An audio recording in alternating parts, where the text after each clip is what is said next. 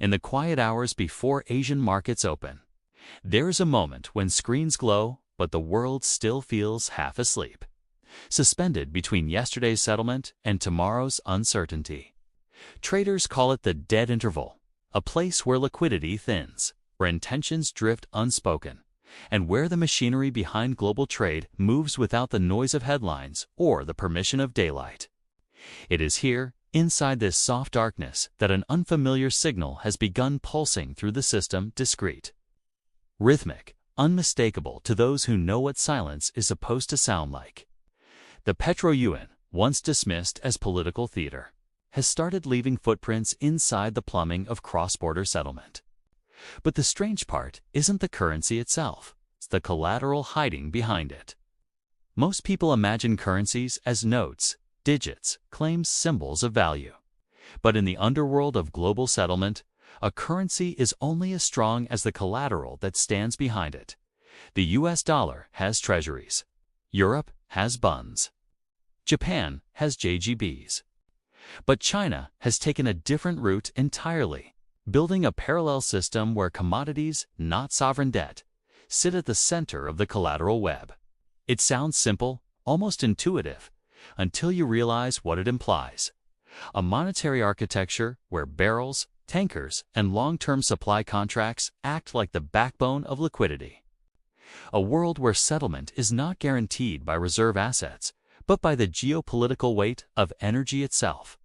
For years, this system lived in whispers, a conversation held behind closed doors between state oil firms, policy banks, and a network of commodity traders who specialized in staying invisible. But in the last 2 years, the pattern changed. The signals strengthened. The corridors broadened. And the collateral, this strange commodity-anchored collateral, began behaving like a structured, intentional design rather than an improvisation. A design meant to do something very specific: make the PetroYuan function not just as a currency of convenience, but as a settlement instrument capable of reducing dependence on the dollar without provoking a crisis loud enough for the world to notice. If you follow the incentives, the architecture reveals itself. Energy exporters want independence from dollar funding shocks. China wants insulation from sanctions and a way to deepen trade influence without confronting the dollar system directly. And commodity traders, the same shadow entities that arbitrage crises long before they appear in newspapers, want a new playground. A collateral structure that behaves differently from Western sovereign debt. One they can use without the constraints of Basel rules or Washington's political gaze. Each incentive aligns quietly, almost elegantly, forming a lattice beneath the PetroYuan that was not designed to be advertised, only to function. And yet, something feels off. Because the system is growing faster than it should. Too quickly for a simple trade convenience. Too coordinated for an experiment. There is a reason the architecture remains unspoken. A reason central banks do not mention it aloud. A reason BRICS officials talk in vague metaphors instead of specifics.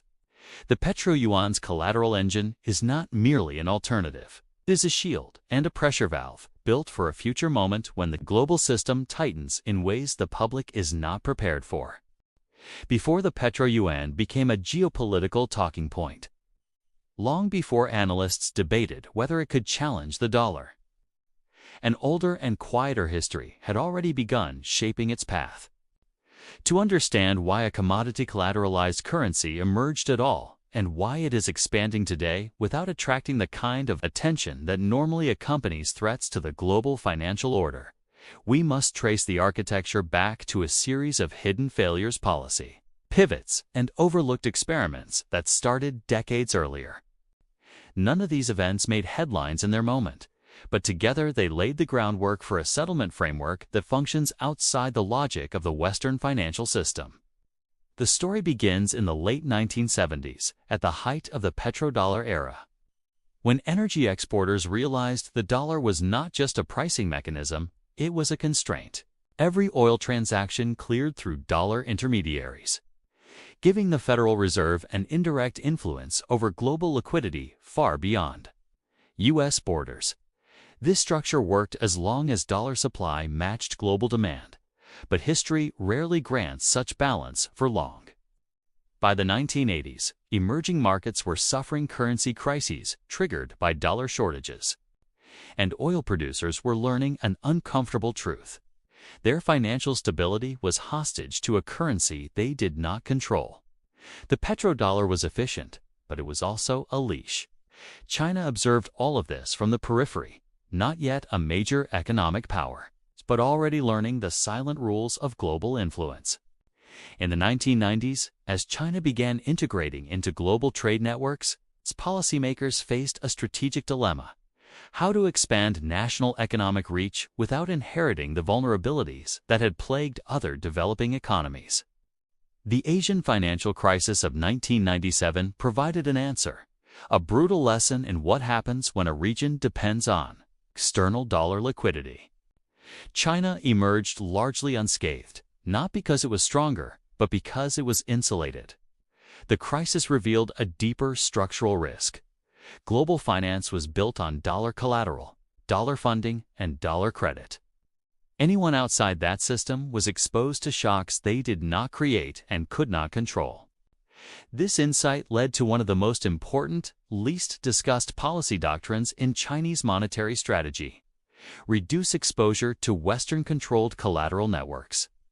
If a nation wants stability, it cannot rely entirely on assets whose liquidity depends on decisions made in Washington, New York, or London. Throughout the 2000s, as China's trade and energy needs exploded, the search began discreetly for ways to structure settlement that did not rely solely on treasuries or dollar-clearing banks. But the turning point came in 2014, when geopolitical conditions shifted abruptly. Western sanctions on Russia demonstrated how quickly access to the dollar system could be weaponized. Large energy producers learned overnight that their reserve assets and their settlement channels could be frozen, not because of default risk, but because of political decisions external to market dynamics. China saw in this a preview of its own future vulnerabilities. If sanctions could cripple Russia's ability to settle energy trades, they could one day be used against China. The question was no longer theoretical. It became structural. Around this time, China began accumulating gold at a pace that was inconsistent with official statements. Central banks normally diversify reserves slowly, cautiously, in a way that avoids market disruption. But China's accumulation pattern was asymmetric.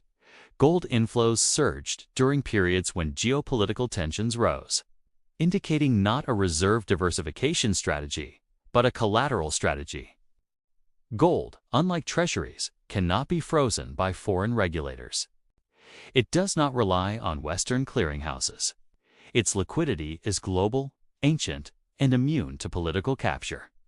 For a country seeking insulation, gold was the perfect asset. Parallel to this, China deepened its relationships with commodity producers across Africa, the Middle East, and Eurasia. Infrastructure deals, resource-backed loans, long-term energy contracts, all of these arrangements had a dual purpose. Publicly, they were diplomatic engagements. Privately, they created a foundation for settlement that bypassed Western financial institutions. But there was still one missing piece: a consistent, scalable way to convert commodity flows into a collateral network capable of supporting a currency. That piece arrived almost unintentionally through the growth of China's state-owned banks, particularly the policy banks that specialized in financing overseas energy projects. These institutions began structuring contracts in ways that mimicked collateralized loans. Physical commodities or long-term supply agreements were treated as quasi-assets that could underpin financing. In Western markets, collateral is typically standardized bonds, bills, or high-quality liquid assets. But China's approach was more flexible. A supply contract could behave like collateral if structured correctly. A guaranteed flow of oil could substitute for a reserve asset. A commodity buyer with state backing could function like a liquidity provider. This flexibility was not random, it was engineered. And by the late 2010s, a prototype settlement mechanism emerged.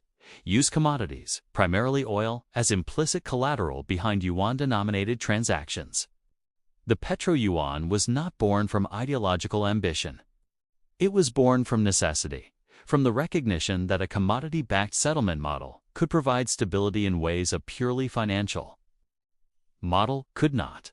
Still, none of this would have mattered without the shock of 2022, when Russia's foreign reserves were frozen and energy markets fractured under geopolitical strain. For the first time in modern history, a major commodity exporter was forcibly excluded from the Western financial system. This event sent a message louder than any policy speech. Your reserves are only yours if your geopolitical alignment is acceptable. Two nations who rely on cross-border energy trade, Saudi Arabia, Iran, Brazil, Indonesia, South Africa, the implications were profound. They began searching for settlement frameworks that could not be seized, frozen, or interrupted by Western regulators. This was the moment the PetroYuan became more than an experiment. It became a necessity for an emerging bloc of nations seeking autonomy. But necessities evolve quickly, and the system that followed was not simply a yuan-based payment channel. It was something more complex, a collateral architecture where commodities, gold and long-term supply contracts formed a multi-layered guarantee mechanism. A design that allowed trade to clear even when dollar liquidity tightened or when geopolitical friction surged. A design that acted as a silent alternative to the petrodollar, not replacing it, but providing an escape valve for those who could not afford dependency. The general public still sees the PetroYuan as a political idea, something discussed at summits and conferences.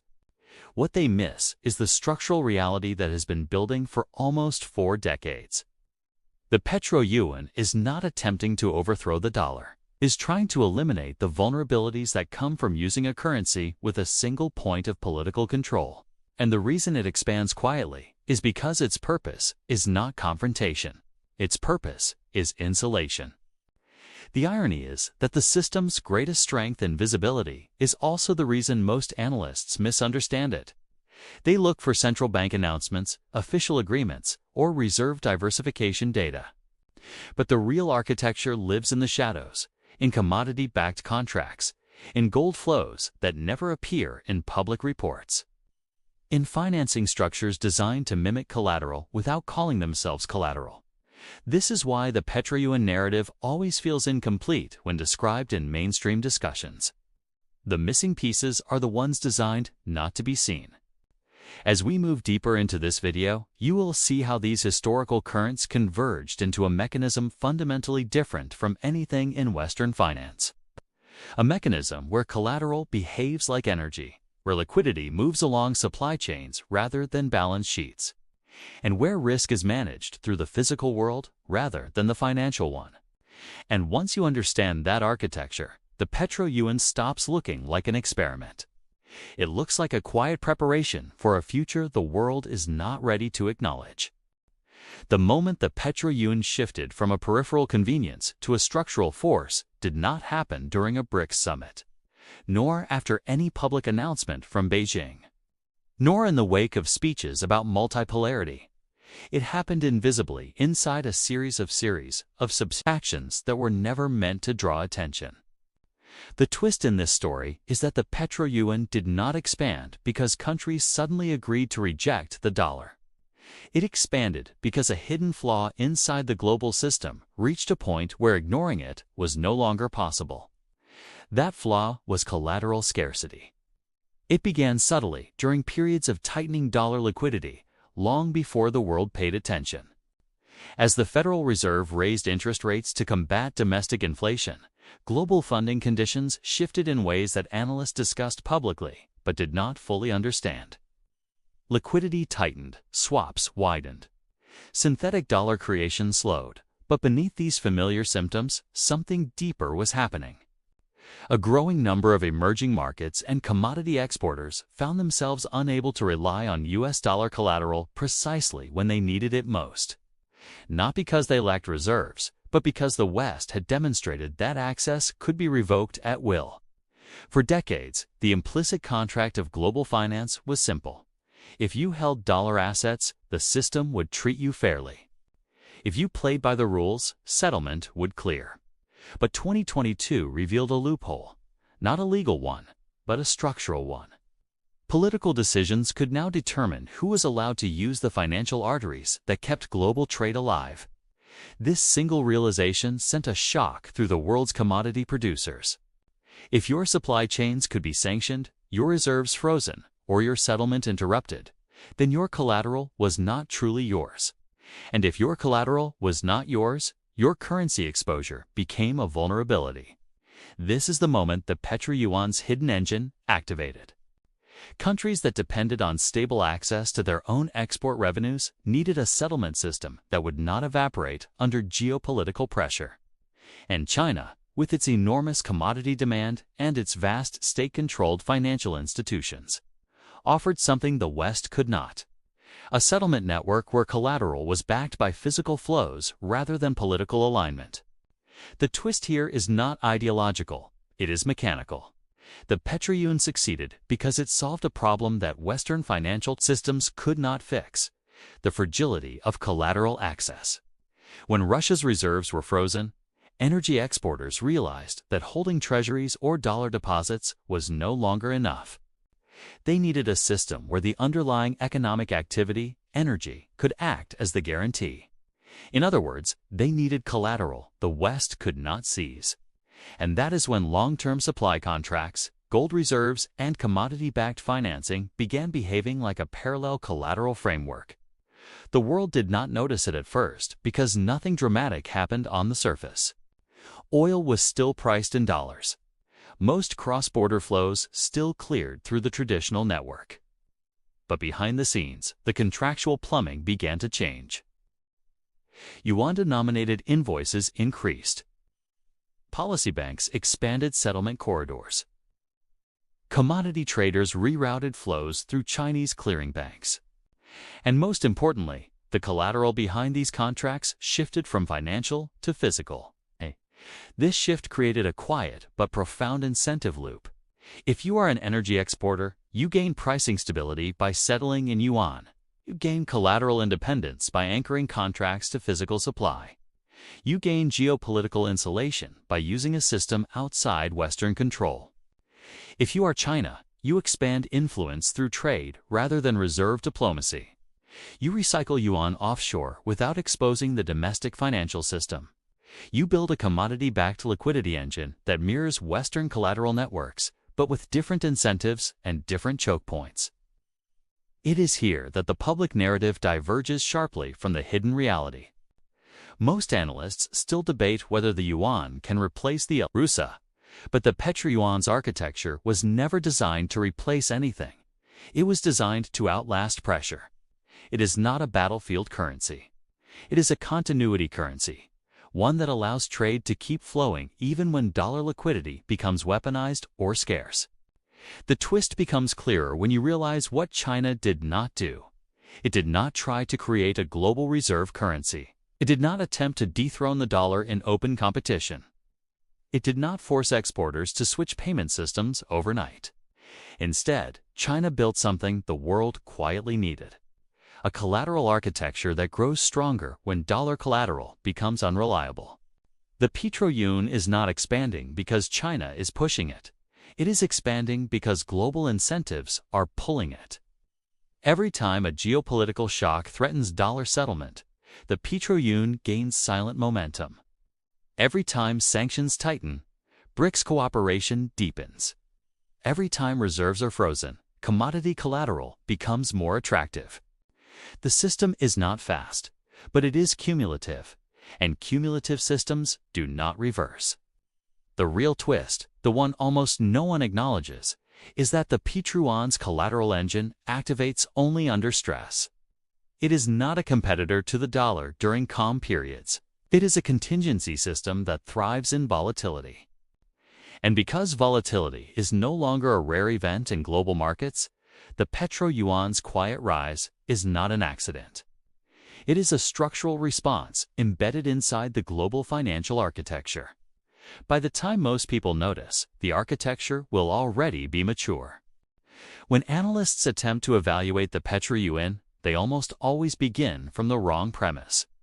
They assume China is trying to imitate the dollar, build deep sovereign debt markets, standardize collateral frameworks, expand offshore credit channels, and let market forces shape foreign demand. But this assumption dissolves the moment you study how the system actually functions underneath the surface. The PetroYuan's architecture is not a replica of the dollar system. It is a response to its fragilities. Where the dollar relies on financial collateral that circulates across commercial banks and shadow lenders, the PetroYuan relies on physical flows, state guarantees, and gold buffers. It is a different creature entirely, one built not for dominance, but for insulation. And the deeper you trace its mechanics, the clearer it becomes that this architecture was not improvised. It was engineered quietly, deliberately, and with an understanding of how global power really shifts, not through currency symbolism, but through control of collateral. To grasp how the PetroYuan collateral mechanism works, you must begin with the idea that commodities can serve as financial infrastructure. This goes against Western orthodoxy, where collateral is defined by its liquidity in secondary markets. U.S. Treasuries, for example, trade over $600 billion per day in gross transactions, according to the U.S. Treasury Office of Financial Research's 2023 data. Bunds, gilts, and JGBs form similar, though smaller liquidity pools. These instruments are preferred, not because they represent value, but because they represent certainty. Certainty of convertibility, certainty of legal enforcement, certainty of institutional continuity. But certainty, in the modern geopolitical environment, has become conditional. The freezing of $300 billion of Russia's foreign reserves in 2022 revealed for the first time that sovereign assets held abroad may not be sovereign at all. That shock changed more than political strategy. Changed incentive structures deep inside commodity-producing economies. Energy exporters who settle most of their trade in dollars had already experienced liquidity squeezes before. During the 2014 to 2016 oil price collapse, for example, petrodollar recycling slowed sharply. The Bank for International Settlements noted that dollar credit to emerging markets contracted by nearly $220 billion in 2015 alone. Yet even that contraction did not have the psychological impact of the 2022 sanctions episode. In 2015, markets blamed oil prices, monetary tightening, or risk-off flows. But in 2022, responsibility pointed towards something more existential: the reliability of the financial system itself.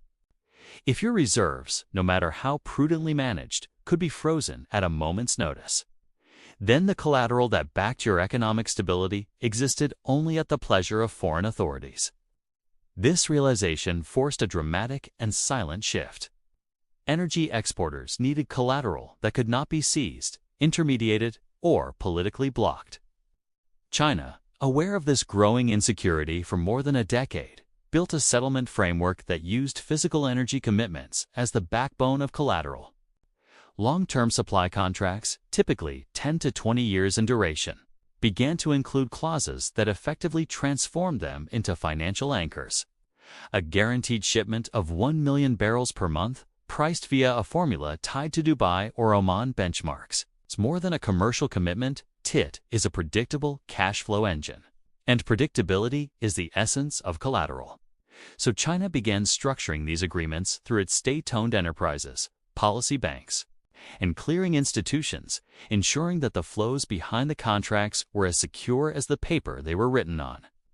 In 2023, Chinese crude imports averaged 11.3 million barrels per day, according to the International Energy Agency. This was not merely a sign of growing demand, that was the foundation of a collateral ecosystem. Every long-term contract supporting those flows represented a liability for exporters, and an asset for China, non-asset that could be modeled, discounted, and used as the underlying guarantee for yuan-denominated settlement.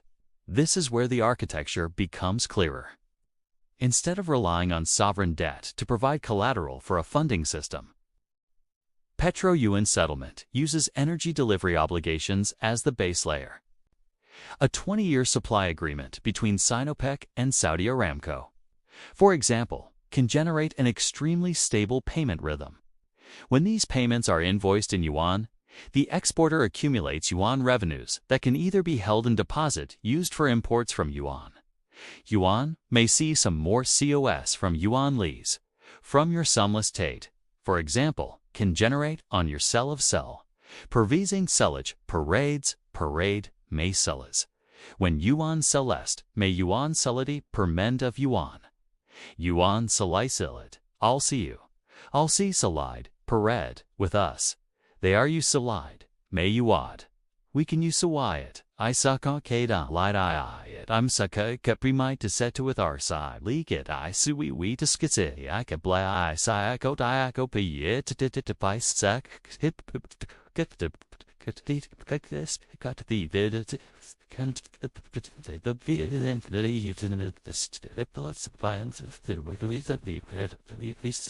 China, or converted into other assets, including gold through the Shanghai Gold Exchange, which in 2023 cleared more than 22,000 tons in aggregate turnover.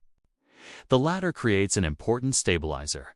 If exporters fear yuan depreciation or capital controls, they can shift revenues into gold instantly without touching dollar channels. This convertibility, silent, efficient, and politically insulated, is one of the PetroYuan's most misunderstood strengths. The second layer of the architecture emerges through the role of Chinese policy banks. Institutions such as the China Development Bank and the Export-Import Bank of China maintain combined overseas loan portfolios exceeding $750 billion as of 2021 IMF estimates. These banks behave unlike Western commercial institutions. Their mandate is strategic rather than profit maximizing, which allows them to extend credit into trade corridors where private lenders would demand prohibitively high premiums. When they underwrite a PetroYuan settlement channel, they do so with the implicit guarantee of the Chinese state. This guarantee creates an effect similar to the collateral transformation inherent in the U.S. Treasury repo market.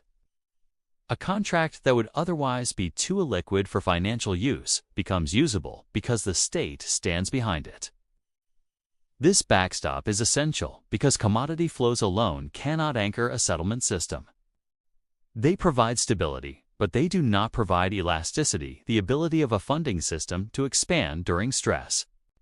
The U.S. dollar system achieves elasticity through repo markets, through the Federal Reserve standing facilities, through swap lines that supplied as much as $450 billion during the March 2020 panic.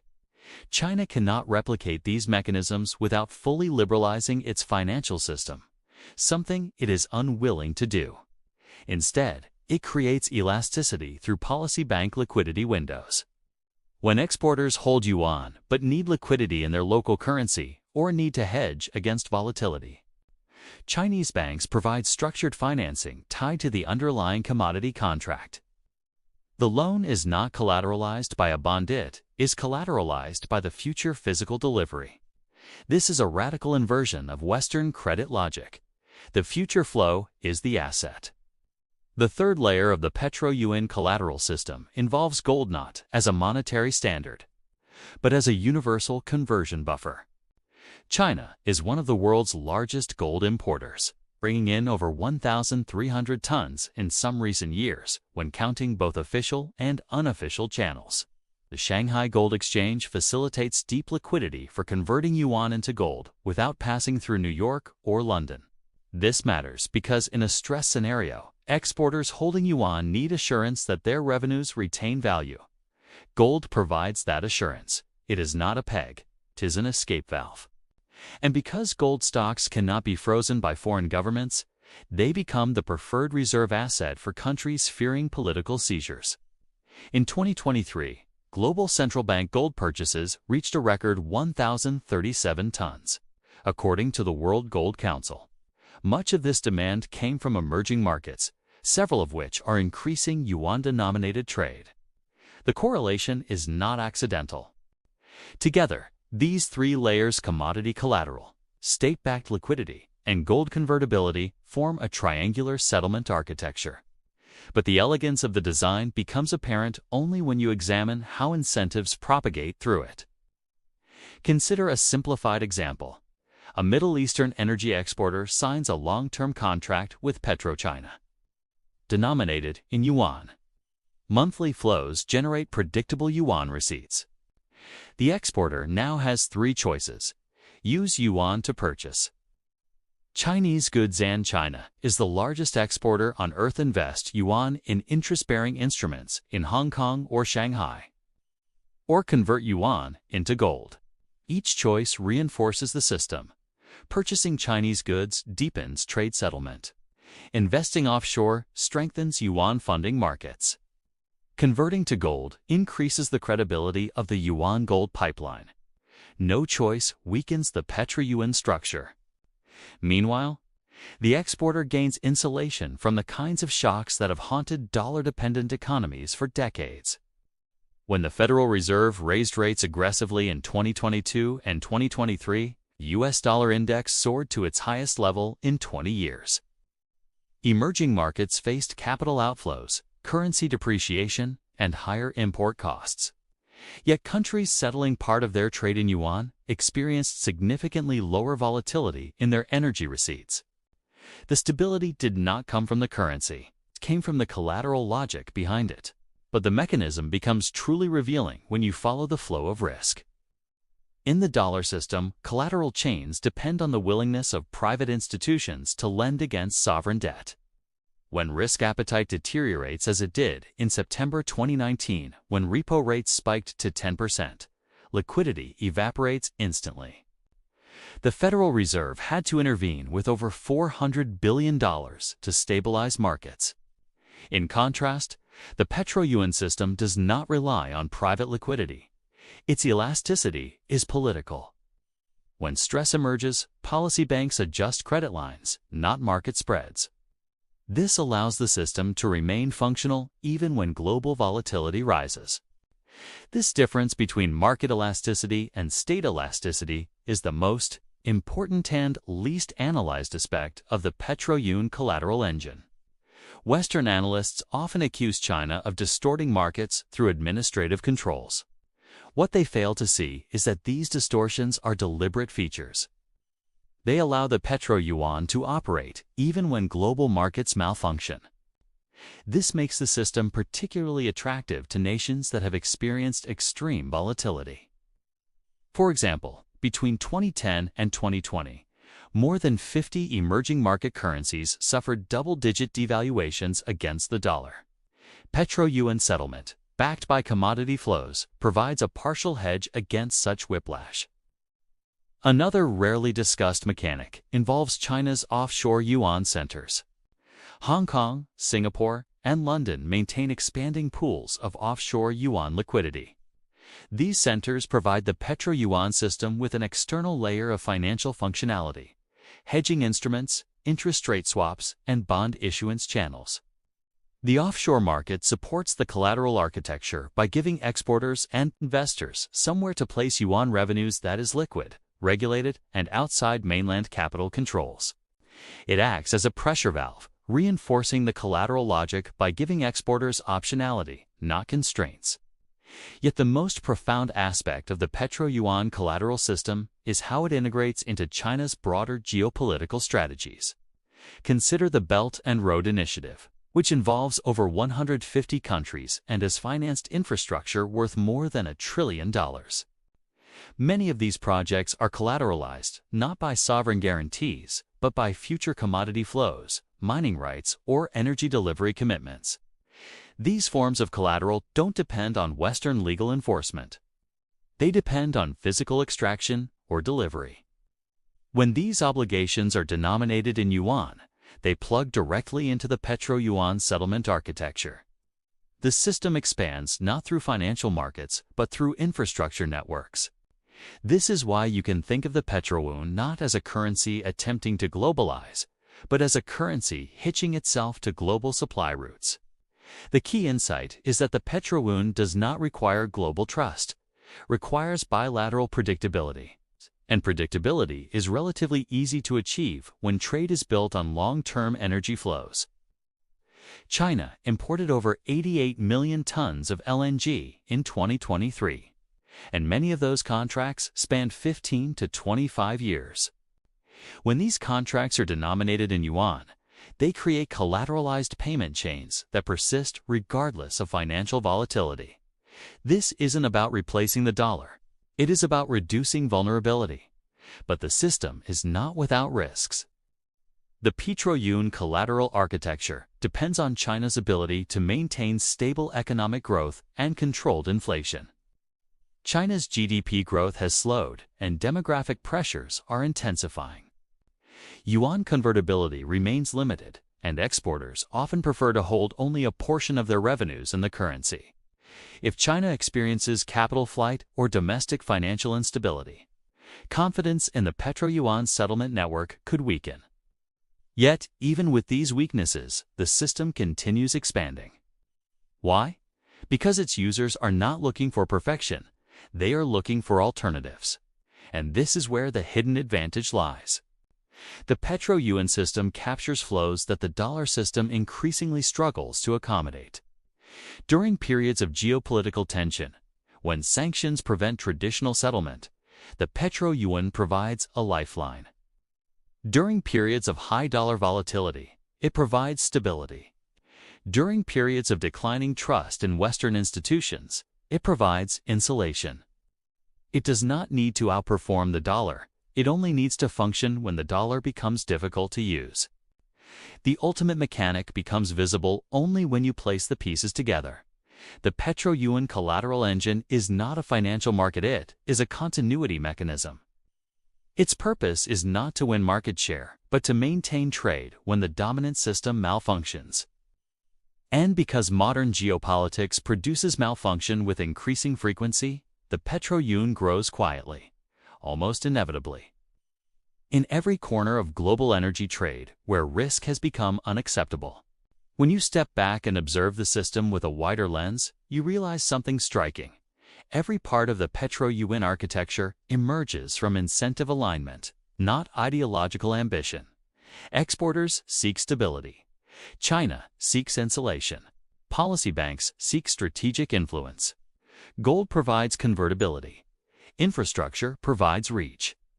Commodity flows provide predictability. And state guarantees provide elasticity. These incentives do not require global consensus. They require only local necessity. And necessity in global finance is the most powerful architect of all. In the quiet hours of the financial world, the moments after settlement windows close, but before the next day, liquidity begins to hum. There is a stillness that reveals things no chart ever can. If you listen closely, you can almost hear the system breathing, the soft contraction of risk, the subtle expansion of credit, the faint echoes of decisions made far from any trading floor.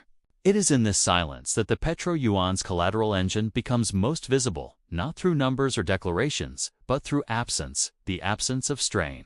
Where strain should exist, the absence of panic; where volatility once ruled, the absence of dependence on a system that no longer feels predictable. Because the truth is simple. The PetroYuan did not rise to challenge the dollar. It rose. Because a growing part of the world became unsure how long the dollar's architecture would hold under its own contradictions. When reserves can be frozen without warning, when sanctions reshape trade routes overnight, when global funding swings on decisions made for domestic political reasons, entire regions begin to search for a kind of stability the old system cannot guarantee anymore. And the PetroYuan, with all its imperfections, offers a quiet promise: continuity. This is the part of the story most people overlook. Not the mechanics, not the geopolitics, but the emotional logic behind the architecture. Systems do not survive because they are perfect. They survive because they are trusted just enough to function. And trust in the modern era has fractured. The PetroYuan does not need universal confidence. It only needs confidence among those with the most to lose from instability. Energy exporters, sanctioned economies, frontier markets, infrastructure heavy nations, these are the places where the collateral engine feels less like a political experiment and more like a lifeline. But there is a deeper warning hidden inside this architecture. one that rarely surfaces in public discussions. If a settlement system built on commodity flows, state guarantees, and gold buffers becomes strong enough to sustain global trade during periods of financial stress, then the world edges closer to a structural bifurcation, not the dramatic de-dollarization people argue about online, but a subtler, more enduring division. One system that thrives in transparency, markets, and convertible assets, and another that thrives in shadows, state control, and guaranteed flows. That divide may already be forming, and the PetroYuan's collateral mechanism is one of the earliest signs. Because this architecture grows strongest in silence. It expands in the corridors where headlines do not reach. It strengthens when volatility rises and old assumptions begin to crack. And most importantly, it does not require a confrontation to succeed. It only requires conditions that already exist: mistrust, sanctions, funding shortages, and a world increasingly shaped by geopolitical pressure rather than economic cooperation. You were never supposed to see this part. Most discussions about global currencies focus on symbols, flags on banknotes, reserve percentages, swap lines, central bank rhetoric. But symbols are not architecture. Collateral is. And once a new collateral framework begins to take root, even slowly, it changes more than settlement. It changes incentives. It changes behavior. It changes what nations consider possible and what they consider dangerous. The PetroYuan's collateral engine is not a prediction of the future. It is a reading of the present. A reminder that systems evolve not when they are ready, but when the alternatives become too unstable to rely on. If the world ever enters a period where dollar liquidity fractures unexpectedly, or where geopolitical ruptures make traditional funding channels unreliable, the PetroYuan will not need to persuade anyone. Its architecture will already be in place, waiting quietly, functioning as designed. This is the part that should stay with you after the video ends. The PetroYuan is not a rival waiting to strike. It is a contingency plan becoming permanent, a fallback becoming a foundation, a quiet system prepared for a loud world.